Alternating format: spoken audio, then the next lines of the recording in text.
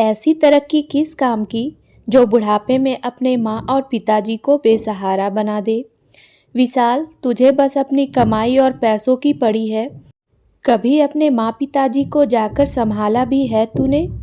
तेरी माँ और बाबूजी किस हालत में जी रहे हैं? राजेश ने अपने जिगरी दोस्त विशाल को समझाना चाहा। राजेश, तू मेरा दोस्त है तो बस दोस्त बनकर ही रह। मेरी जिंदगी में ज़्यादा दखल अंदाजी मत कर। यह मेरी जिंदगी है, मैं कुछ भी करूं। अब वह लोग कैसे रहते हैं, क्या करते हैं, यह सब तुझे जानने की ज़रूरत नहीं है। यहाँ इतना बड़ा अस्पताल है और इतने मरीज आते हैं। मुझे वहाँ जाने का समय ही नहीं मिलता है। एक दिन भी जाऊँगा तो मेरे हजारों रुपए का नुकसान हो जाएगा। पर तू मेरी हालत कभी नहीं समझेगा। लैपटॉप पर काम करते करते विशाल ने कहा। उन लोगों की जिद है, उन्हें वहीं रहना है, तो मैं अपना सब कुछ छोड़कर तो उनके पास नहीं जा सकता। मेरे खुद का ही इतना खर्चा है, उन्हें हर महीने कैसे पैसे भेज दूँ? हर मम्मी और पापा को यही तो चाहिए होता है कि बुढ़ापे में बेटा उन्हें कमाकर पैसे भेजता रहे। मैं वहाँ बार बार जाऊँगा तो तरक्की कैसे कर पाऊँगा? अरे, पैसे की तू बात ही मत कर। इतना पैसा कमाता है, थोड़ा सा भेज देगा तो गरीब नहीं हो जाएगा। ना तेरे पास थोड़ा समय है, ना ही पैसा। अपने माँ बाप का इकलौता औलाद है तो मिलने का तो मन करता ही होगा उनका। इस बार तो दिवाली पर भी नहीं गया था। अपने बेटे और पोते से मिलने को तरस जाते हैं तेरे माँ पिताजी। राजेश ने अपनी बात खत्म की। विशाल को देखकर लग रहा था कि वह अपने काम में व्यस्त था और राजेश की बातें सुनकर भी अनसुनी कर रहा था। राजेश गांव जाकर विशाल के माँ और बाबूजी से मिलकर आया था और वहाँ की सभी बातें उसे बता रहा था। विशाल अपने माँ और बाबूजी का इकलौता बेटा था। शुरू से बड़ा ही होशियार था, हर काम को लगन से करता था। बाबूजी को पूरा विश्वास था कि उनका बेटा बड़ा होकर उनकी खेती बाड़ी अच्छे से संभालेगा। जब विशाल बड़ा हुआ तो एक दिन उसे चोट लगी और बाबूजी उसे दिखाने गांव के ही डॉक्टर के पास में गए थे। एक ही डॉक्टर था, उसने बाबूजी से भी अच्छा पैसा वसूला, तब जाकर के विशाल का इलाज किया। आता जाता हर गांव वाला उन्हें नमस्कार कर रहा। विशाल के मन में उसी दिन से डॉक्टर बनने की ललक जागी। उसने पता किया और डॉक्टर बनने के लिए प्रवेश परीक्षा दे दी। अच्छे से तैयारी की तो उसका चयन हो गया। माँ और बाबूजी नहीं चाहते थे कि वह डॉक्टर बने और उन्हें छोड़कर दूर कहीं जाए, पर विशाल अपनी जिद पर अड़ा था कि उसे डॉक्टर ही बनना है। आखिर में उसने बाबूजी को यह कहकर मना लिया कि वह एक अच्छा डॉक्टर बनेगा और कम दामों में गांव वालों का इलाज करेगा। बाबूजी ने फिर हाँ कर दी। प्रवेश परीक्षा का परिणाम आया और विशाल का चयन हो गया। वह पढ़ने के लिए शहर चला गया। अब यह खेती बाड़ी कौन संभालेगा? आपने विशाल को शहर पढ़ने क्यों भेज दिया? विशाल की माँ ने चिंता जाहिर की। तू चिंता मत कर, जब विशाल डॉक्टर बनेगा तो वह गांव वालों की सेवा करेगा और अभी तो मेरे हाथों में दम है। मैं सब संभाल रहा हूँ, आगे भी संभाल लूँगा। तू बस अपने बेटे को आशीर्वाद दे ताकि वह बहुत बड़ा डॉक्टर बन जाए। डॉक्टर की पढ़ाई तो काफ़ी महंगी होती है, इतना पैसा तो हमारे पास नहीं है, हम कैसे उसे पढ़ाएंगे? विशाल की माँ ने फिर से चिंता जाहिर की। तू क्यों चिंता करती है? मैं हूँ ना, मैं सब संभाल लूँगा। अपनी यह ज़मीन गिरवी रख देंगे और जो पैसा मिलेगा उसे बैंक में जमा करवा देंगे और हर महीने उसे भेजते रहेंगे। ज़मीन तो हमारी माँ है, मैं उसे गिरवी नहीं रखने दूंगी, विशाल की माँ ने कहा। अरे, जब विशाल डॉक्टर बनेगा तो इतना कमाएगा कि यह ज़मीन भी छुड़ा लेगा और ऐसी कई ज़मीनें खरीद लेगा, बाबूजी ने विश्वास दिलाया। विशाल पढ़ाई के लिए आगे चला गया। उसने डॉक्टर की पढ़ाई पूरी की, उसमें ऊंची डिग्री ली और उसकी एक अच्छे अस्पताल में नौकरी लग गई। वहीं पर ज्योति से मिला और जल्दी शादी कर ली। ज्योति भी डॉक्टर थी और वह भी गांव जाना पसंद नहीं करती थी। माँ बाबूजी इधर शहर आते तो भी उसे अच्छा नहीं लगता था, क्योंकि वह उनके स्टेटस से मैच नहीं करते थे। इसी वजह से माँ और बाबूजी विशाल के पास कम आते थे। उन्हें अपने ही घर में जैसे तैसे रहना अच्छा लगता था। जमीन गिरवी रखकर जो पैसा मिला था वह तो पूरा विशाल की पढ़ाई में लग गया। अब बाबूजी को अपनी जमीन छुड़ानी थी। उसका ब्याज भरना मुश्किल हो रहा था। वह कई बार विशाल से कह चुके थे, पर वह हर बार कोई ना कोई बहाना बना देता था। अभी बाबूजी, मेरी इतनी कमाई नहीं है, फिर आपको तो पता है कि बड़े शहरों के बड़े खर्चे होते हैं। मेरी भी शादी हो गई है। आप जमीन को भूल जाओ और कोई दूसरा काम देख लो। विशाल जवाब देता है, बेटा, यह जमीन मेरी माँ है, इसे कैसे भूल जाऊं? इसने मुझे और मेरे परिवार को पाला है, और तू भी डॉक्टर इसी की वजह से बना है। यह जमीन ना होती तो हम तुझे पढ़ा नहीं पाते। तू कैसे भी करके इसे छुड़ा ले। बाबूजी की बातों का विशाल पर असर नहीं होता है। अपने ही माँ बाबूजी के त्याग और तप को भूल गया था। ज्योति को बेटा हुआ और 2 महीने के बच्चे को वह क्रेच में छोड़ आती थी। विशाल के माँ का मन जलता था। वह चाहती थी ज्योति के पास समय नहीं है तो हम कुछ दिनों के लिए वहाँ आ जाए, पर ज्योति विशाल के माँ और बाबूजी को अपने घर में कदम नहीं रखने देती थी। कोई ना कोई बहाना बना देती थी। सुनो जी, अपने विशाल का बेटा अब बड़ा हो गया होगा।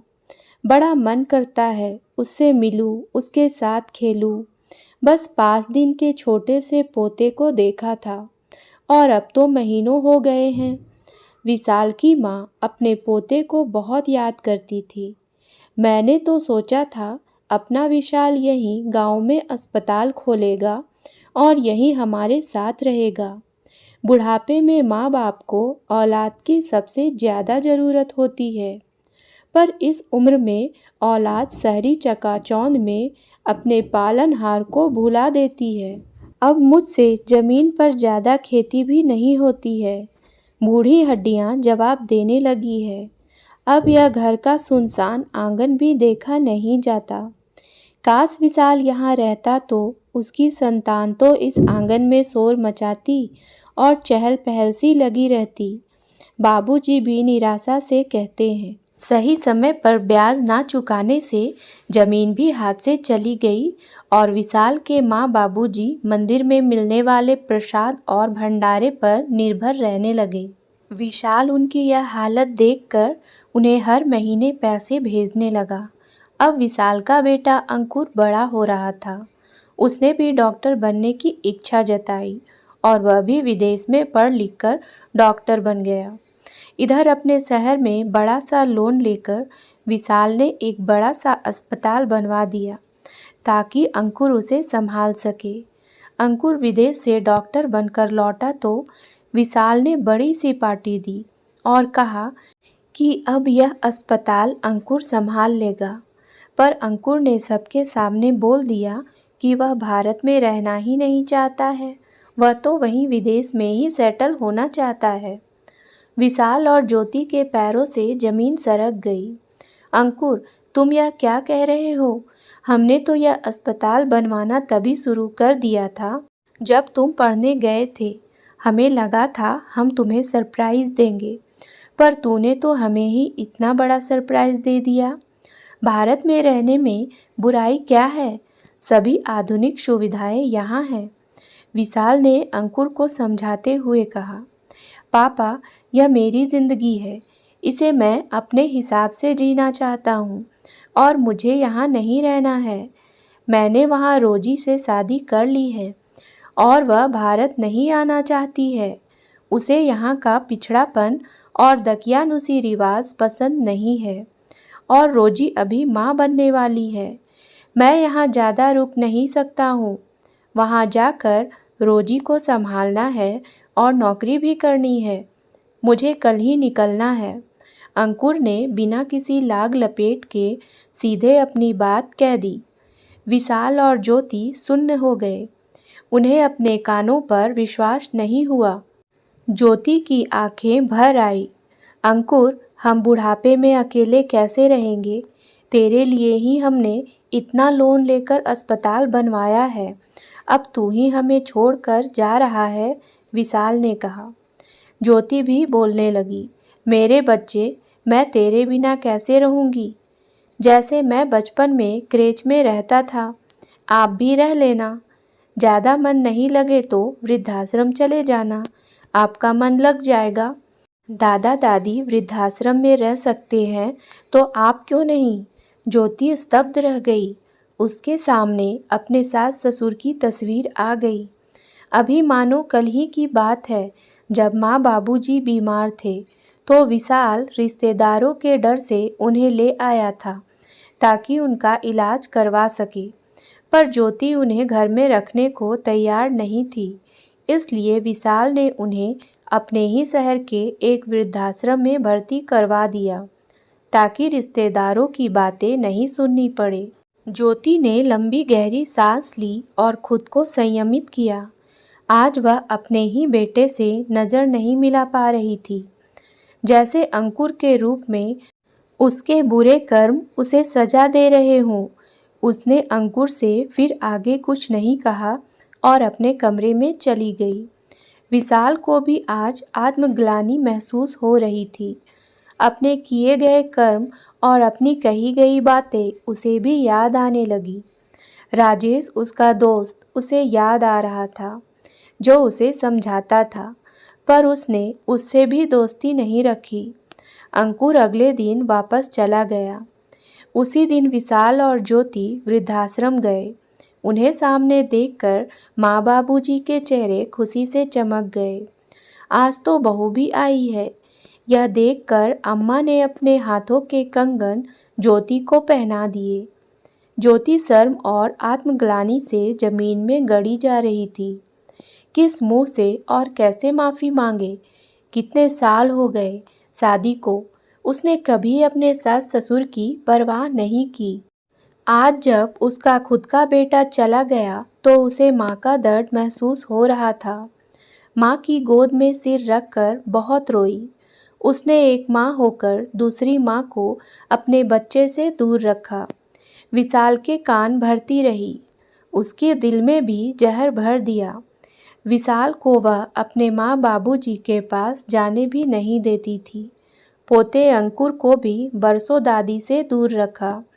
कितना बड़ा पाप किया था, कितनी पीड़ा दी थी। मातृत्व का असली मतलब उसे आज पता चला। उसने अपने बच्चे को अपने से दूर रखा और वही विशाल को भी मातृत्व की छाया से वंचित रखा। तभी तो सभी दर्द और पीड़ा उसे ब्याज समेत वापस मिल गए हैं। विशाल के माँ बाबूजी की जर्जर हालत थी। अब उनकी भी उम्र हो चली थी। उन्हें विशाल और ज्योति घर ले आए। तभी कुछ देर बाद घंटी बजती है। सामने अंकुर था। ज्योति के थके हारे चेहरे पर मुस्कान आ गई।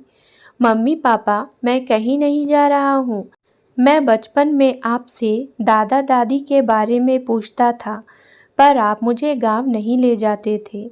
अभी पिछले छुट्टियों में मैं जब आया था तो पापा वृद्धाश्रम में बात कर रहे थे। तब मुझे पता चला कि मेरे दादा दादी वहाँ रहते हैं। मेरा मन दर्द से भर गया। मैं आपको कैसे समझाता? मैं नाटक कर रहा था। मेरी कोई शादी नहीं हुई है, कोई बच्चा नहीं होने वाला है। मैं यहीं रहकर अस्पताल संभालूंगा और अपने पूरे परिवार के साथ रहूंगा। भारत की ही लड़की से शादी करूंगा। बरसों से मन था कि अपने दादा और दादी के साथ में रहूं। हम सब मिलकर प्यार से रहेंगे। पारिवारिक एकता और अपनापन जिस घर में हो, वहाँ सब सुखी होते हैं। अंकुर की बातें सुनकर सबके चेहरे पर मुस्कान आ गई। आज ज्योति को भी सबक मिल गया और माँ बाबूजी को अपना परिवार, जिसके साथ वह हमेशा रहना चाहते थे। दोस्तों, परिवार बेटे बहू उनके बच्चों से ही मिलकर बनता है।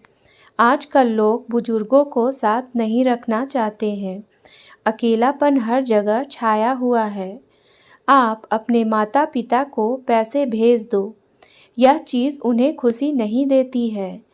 आप अपने माता पिता के साथ हमेशा रहो, यह चीज़ उन्हें हमेशा खुशी देती है, जो उनके चेहरे पर झलकती रहती है। उम्मीद है दोस्तों कहानी पसंद आई होगी, तो मेरे वीडियो को लाइक करें और मेरे चैनल को सब्सक्राइब करना ना भूलें। धन्यवाद।